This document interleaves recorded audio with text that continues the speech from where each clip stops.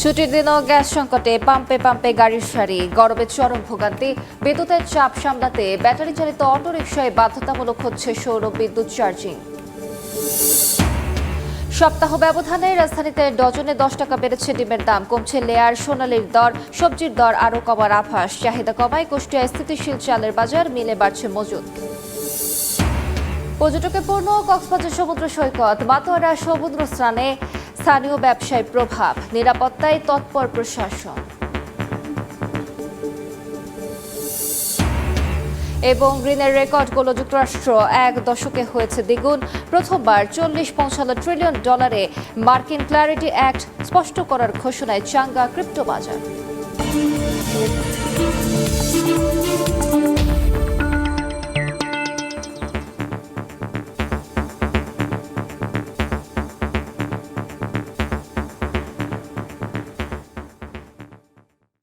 দেখছিলেন শিরোনাম। আমন্ত্রণ জানাচ্ছি দেশ ও দেশের বাইরের অর্থ বাণিজ্যের নানা খবর নিয়ে আমাদের নিয়মিত আয়োজন এ সময়ের বাণিজ্যে। আপনাদের সঙ্গে আছি আমি আলিশা ইসলাম। জ্বালানি সংকট মোকাবেলায় এবার ব্যাটারি চালিত অটোরিকশা নিয়ন্ত্রণের পথে হাঁটছে সরকার। এসব যানবাহনের চার্জে গ্রিডের বিদ্যুৎ ব্যবহার কমাতে নিবন্ধন ও নবায়নের শর্ত হিসেবে সৌর বিদ্যুৎ দিয়ে চার্জিং বাধ্যতামূলক করতে যাচ্ছে সরকার। কিন্তু 60 লাখের বেশি রিকশার জন্য বৃহৎ সৌর অবকাঠামো তৈরিকে চ্যালেঞ্জিং বলছেন বিশেষজ্ঞরা। রায়দুল ইসলাম শুভ রিপোর্ট। একসময় শুধু রাজধানীর অলিগলিতে মিলত ব্যাটারি চালিত অটোরিকশা, কিন্তু এখন সেই বাহনটি উঠে এসেছে প্রধান সড়কে। দেশে যখন বিদ্যুতের সংকট ও লোডশেডিং চলছে, তখন বছরে প্রায় 20,000 কোটি টাকার বেশি বিদ্যুৎ খরচ হচ্ছে প্রায় 60 লাখ ব্যাটারি চালিত অটোরিকশার পেছনে। প্রতিদিন এই খাতে প্রায় 55 কোটি টাকার বিদ্যুৎ ব্যয় হচ্ছে।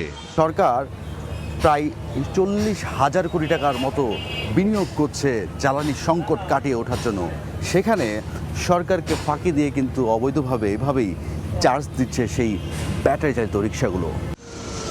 গবেষণা অনুযায়ী প্রতিটি অটোরিকশা দিনে 8 থেকে 9 ইউনিট বিদ্যুৎ ব্যবহার করে, যা জাতীয় গ্রিডের প্রতিদিনের 800 থেকে 850 মেগাওয়াট বিদ্যুতের সমান। এটি দেশের মোট বিদ্যুৎ উৎপাদনের অন্তত 5%। কেবল ঢাকাতেই 48,136টি অবৈধ চার্জিং পয়েন্ট ও 992টি গ্যারেজ রয়েছে। এরা মনে করেন যে অনেক আগে থেকেই এই রাস্তা দখল করে রেখেছে। গাড়ির চার্জ দিতে হলে 7 আছে। আপনার কি এখানে মিটার কয়টা আছে? আমার একটা মিটার আছে। জ্বালানি সংকট ও গ্রিডের উপর চাপ কমাতে সরকার এবার অটোরিকশাকে নিবন্ধনের আওতায় আনার সিদ্ধান্ত নিয়েছে। সৌর বিদ্যুতে যাওয়ার পরিকল্পনায়ও চ্যালেঞ্জ দেখছেন বিশেষজ্ঞরা। বিশাল সংখ্যক রিকশার জন্য প্রয়োজন হবে solar charging station, solar storage ব্যবস্থা, নিরাপদ চার্জার, মিটার ভিত্তিক হিসাব এবং কেন্দ্রীয় নিয়ন্ত্রণ।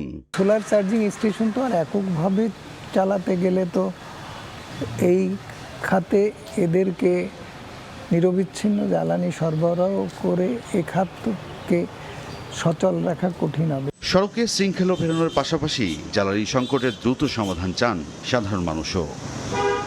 রায়দুল ইসলাম শুভ, সময় সংবাদ, ঢাকা।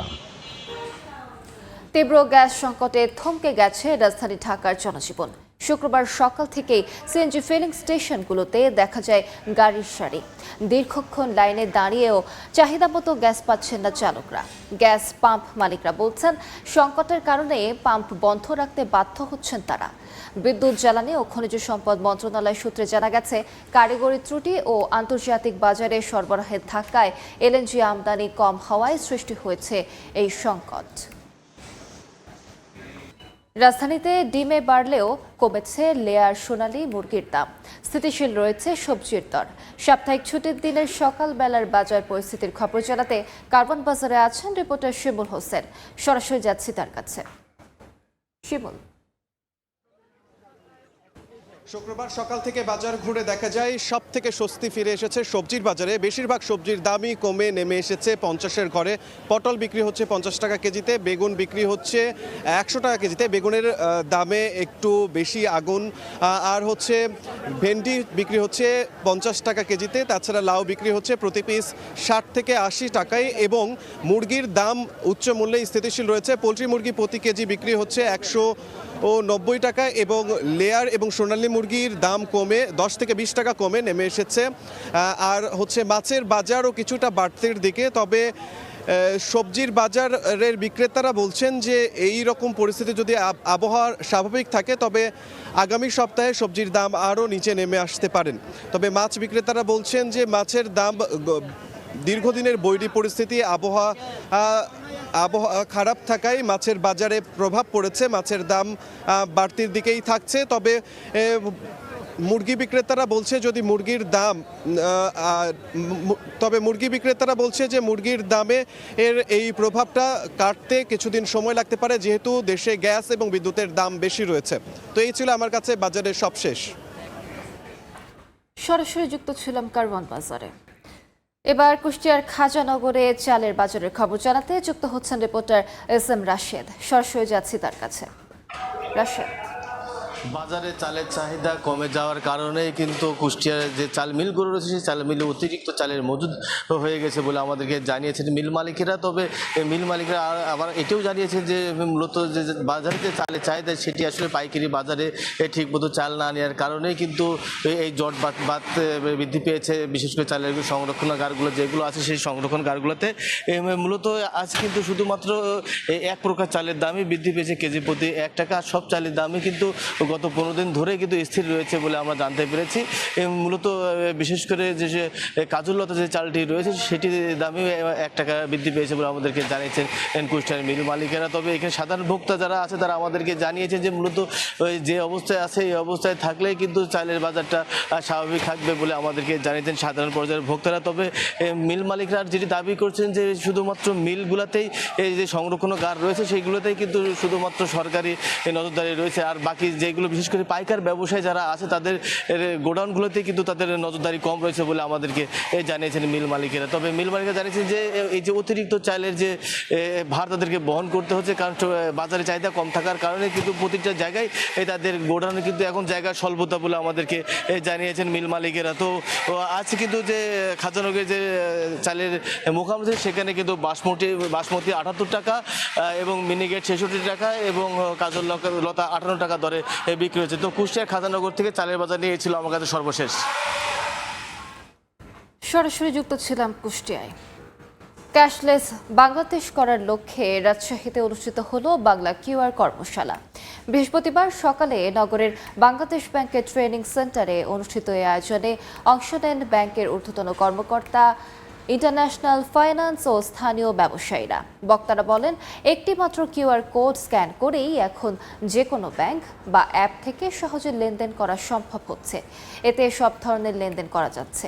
ইন্টারনেট ছাড়াও অফলাইনেও যেন QR কোড স্ক্যান লেনদেন করা যায় সে ব্যাপারে কাজ চলছে বলেও জানানো হয় কর্মশালায়।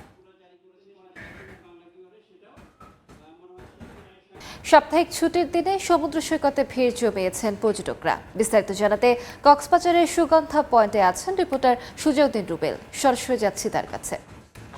রুবেল, সাপ্তাহিক ছুটির দিন মানে কক্সবাজারের পর্যটন ব্যবসার চাঙ্গাভাব।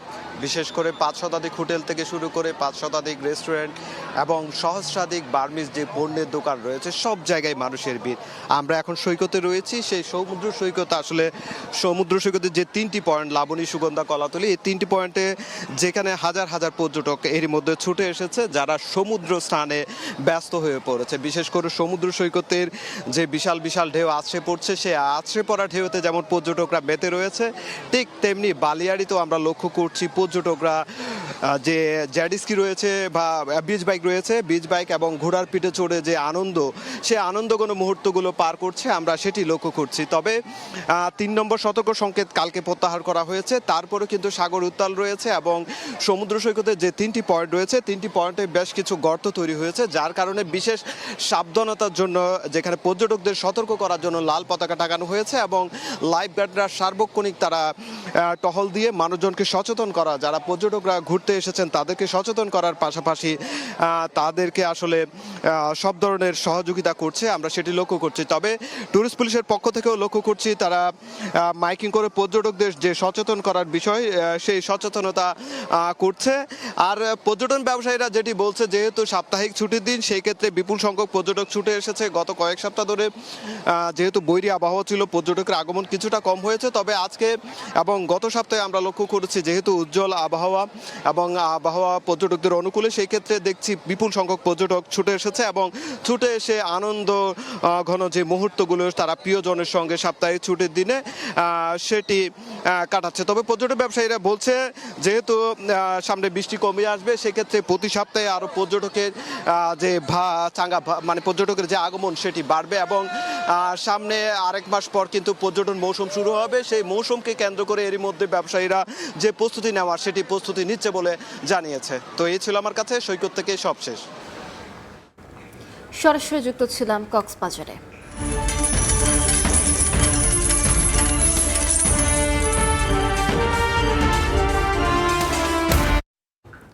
টানা কয়েক সপ্তাহ পতনের পর ঘুরে দাঁড়িয়েছে ক্রিপ্টো মুদ্রার বিশ্ববাজার।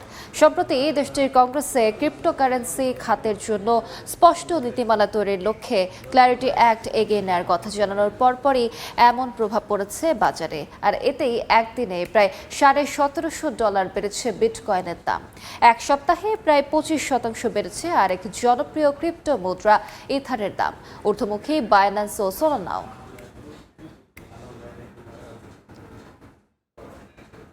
প্রথমবারের মতো রেকর্ড $40 ট্রিলিয়ন পৌঁছেছে যুক্তরাষ্ট্রের সরকারি ঋণ। এক দশকেরও কম সময়ে দ্বিগুণ হয়েছে এ ঋণের পরিমাণ। অর্থনীতিবিদদের আশঙ্কা, বর্তমান গতিতে ঋণ বাড়তে থাকলে মাত্র 6 বছরের মধ্যেই তা $50 ট্রিলিয়ন পৌঁছাতে পারে। এতে মার্কিন অর্থনীতি নিয়ে বাড়ছে উদ্বেগ। শুধু ঋণের পরিমাণই নয়, এর সুদ পরিশোধের ব্যয়ও বড় উদ্বেগের কারণ হয়ে দাঁড়িয়েছে। চলতি অর্থবছরে ঋণের সুদ পরিশোধে খরচ $1 ট্রিলিয়ন বেশি হওয়ার আশঙ্কা করা হচ্ছে। 5 বছরে এই ব্যয় বেড়েছে 3 গুণেরও বেশি। এতে জাতীয় প্রতিরক্ষা এবং শিশুদের বিভিন্ন কর্মসূচির চেয়েও ঋণের সুদ পরিশোধে বেশি অর্থ যাচ্ছে। এরই মধ্যে চলতি অর্থ বছরের প্রথম 10 মাসে যুক্তরাষ্ট্রের বাজেট ঘাটতি দাঁড়িয়েছে $1.8 ট্রিলিয়ন।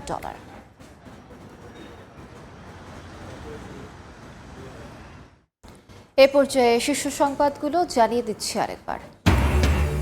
ছুটির দিনও গ্যাস সংকটে পাম্পে পাম্পে গাড়ির সারি, গরমে চরম ভোগান্তি। বিদ্যুতের চাপ সামলাতে ব্যাটারি চালিত অটো রিকশায় বাধ্যতামূলক হচ্ছে সৌর বিদ্যুতের চার্জিং। সপ্তাহ ব্যবধানে রাজধানীতে ডজনে 10 টাকা বেড়েছে ডিমের দাম। কমছে লেয়ার সোনালির দর। সবজির দর আরও কমার আভাস। চাহিদা কমায় কুষ্টিয়ায় স্থিতিশীল চালের বাজার, মিলে বাড়ছে মজুত। এবং পর্যটকে পূর্ণ কক্সবাজার সমুদ্র সৈকত। মাতোয়ারা সমুদ্র স্নানে স্থানীয় ব্যবসায়ী প্রভাব, নিরাপত্তায় তৎপর প্রশাসন।